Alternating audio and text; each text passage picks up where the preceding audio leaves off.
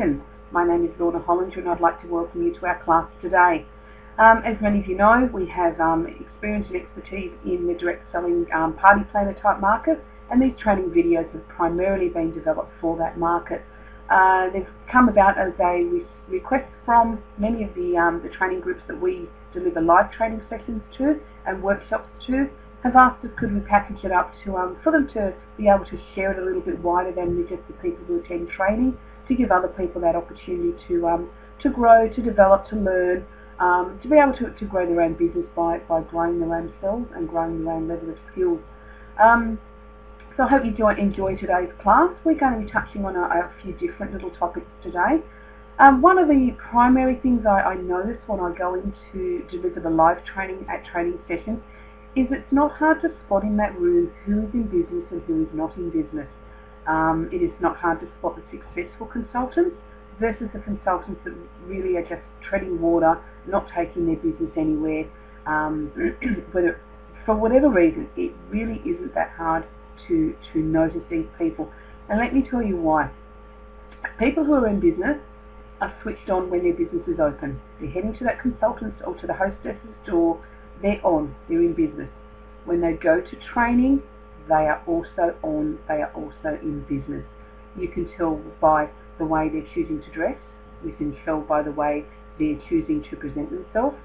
You can tell by the way they are choosing to listen and learn in that environment versus the people who drag themselves in the door, plonk down with their friends, use it as a social activity, and really don't get a whole lot of value out of it.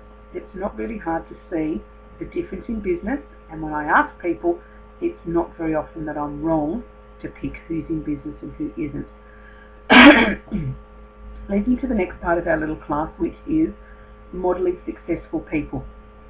If you're choosing to be in business and you are choosing to make a success, you need to model people who are ahead of you in the game. People in your own industry who are ahead of you, people in marketing/sales who are ahead of you, people who in other industries who you know are in business and are ahead of you by making a success.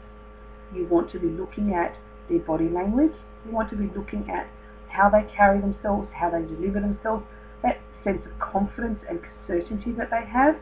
You want to be copying that.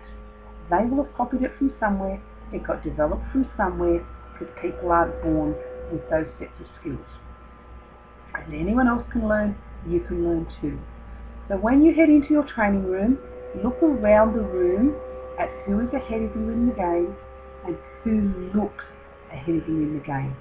What difference is there to themselves when they're at training compared to what you are?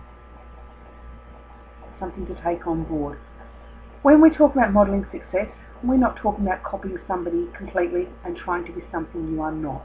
What we are suggesting is look at maybe the language that one person uses in their business spiel. They may have a particular language they use when they're doing their phone talks to get people to, checking up, are you having your party next week? Are we still along for Thursday next week for our party?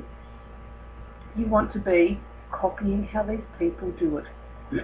I will also put it to the managers, the uplines, the people who are higher in the game and who are delivering the training at your training sessions. Be authentic. Be authentic in how you are training your people who are further down the consultancy line to you. How are you training them? To stand up and deliver your training without it being and feeling like it's in a real authentic session doesn't give that person the ability, the other person the ability to copy, model and follow your body language and your speech. So I do put it to managers, and I do in my live sessions too, be authentic in how you deliver, how you train, and make it as real life as you possibly can, so that the other people can learn from you in the most real environment that they're able to do so in a training session. That's a little bit about modelling. You'll find you'll like one aspect of one person's behaviour, you'll like something from someone else's behaviour. You may like how they dress, you may like how they speak, you may like their style of approach to a person. Model that, take it on as your own, turn it into yourself, and use it in your own business. Modelling is a lovely, wonderful tool. It is very simple to do. It is just through the art of observation of people who you believe to be ahead of you in the game.